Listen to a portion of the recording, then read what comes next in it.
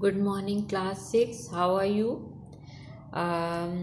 आप लोगों ने ऑलरेडी हम लोग चैप्टर्स काफ़ी कर चुके हैं और रिवीजन आजकल हम लोग कर रहे थे और ये रिवीजन आपकी है chapter 4, that is your designing.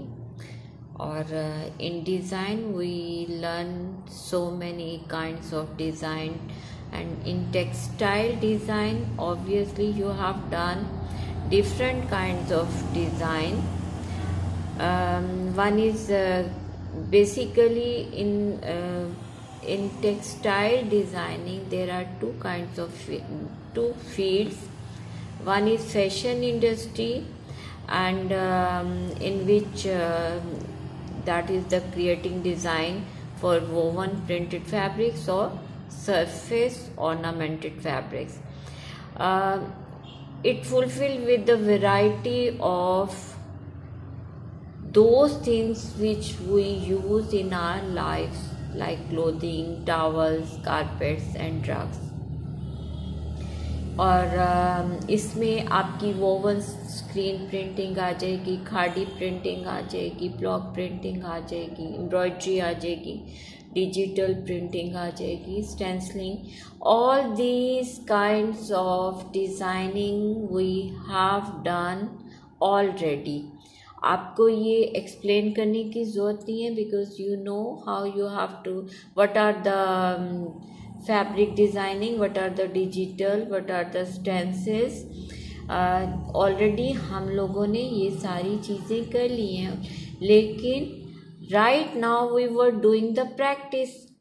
अब इसमें ये है कि आपने डिज़ाइंस जो यूज़ करने हैं और कैसे बनाने हैं, किस तरीके से बनाने हैं और क्या क्या चीज़ें we are going to use.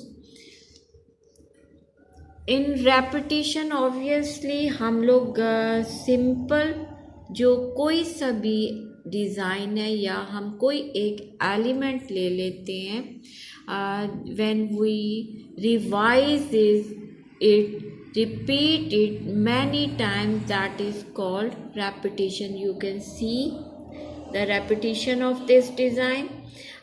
इसमें basically this is the geometrical.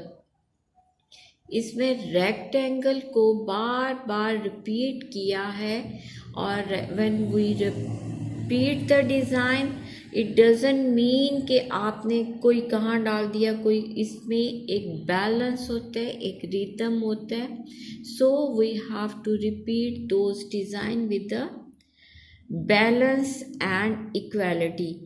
अब पैटर्न में आपका क्या आ जाएगा, कोई सी भी आप शेप्स को कोई से भी 3 मोटिव्स ले लो, 2 मोटिव्स ले लो, when we repeat it that is called pattern. Repetition of more than one design.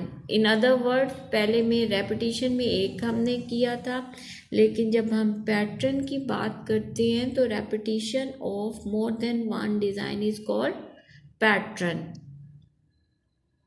फिर रिदम क्या है कि आप किसी भी डिज़ाइन को या किसी भी पैटर्न को, उसको किस रिदम से आप एक चीज़ में डालते हो, यानी कि आप किस तरीके से उस डिज़ाइन को बनाते हो या उस पैटर्न को बनाते हो, that is you called your rhythm. Look at this, these are the different shapes, rectangle, triangle and circle. Basically when we are going to repeat the pattern, और जब हम इसमें एक डिज़ाइनिंग करते हैं तो brick method, I told you कि what is the brick method.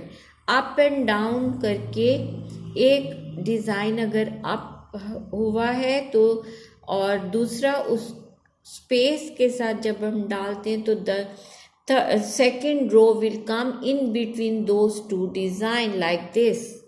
Okay, this you can see up, down, up. So this is the proper way and that is called brick method. कि ए ऊपर एक line लगी फिर उन in between उसके एक line लगी, तो that is called brick method, और ये रिदम के साथ इस तरीके से डलता है। तो this is your textile designing. Now we are coming towards the geometrical design, in which we can use the geometrical shapes like this. All these are geometrical shapes. So जिसमें भी हम geometric यूज़ करते हैं, geometrical shape से design बनाते हैं, that is called geometrical design. You can see over here, this is a square, in square and rectangle और triangle, these are the triangle. So these are the geometrical design. If we are going to say abstract, this is your abstract design, in which you can use both things. You have the theme, but it doesn't mean that you are going to make it with the shapes. ये आप किसी भी तरीके से बना सकते हो। And now we come to the floral pattern. इसमें सिर्फ क्या होता है, फ्लोरल पैटर्न मीन कि आपने सिर्फ और सिर्फ जो डिज़ाइन बनाना है उसमें फ्लावर्स होंगे, वो सिर्फ फ्लावर से बनेगा। जिस तरीके से आपकी शेप्स वाला ज्योमेट्रिकल डिज़ाइन जिसमें सिर्फ शेप्स आती हैं, और इसमें लेकिन फ्लोरल में आपकी क्या आ जाएंगी, सिर्फ flowers. And as I told you, what is the brick method? This is the brick method. Okay, अब आपको इसमें कोई मुश्किल नहीं होगी।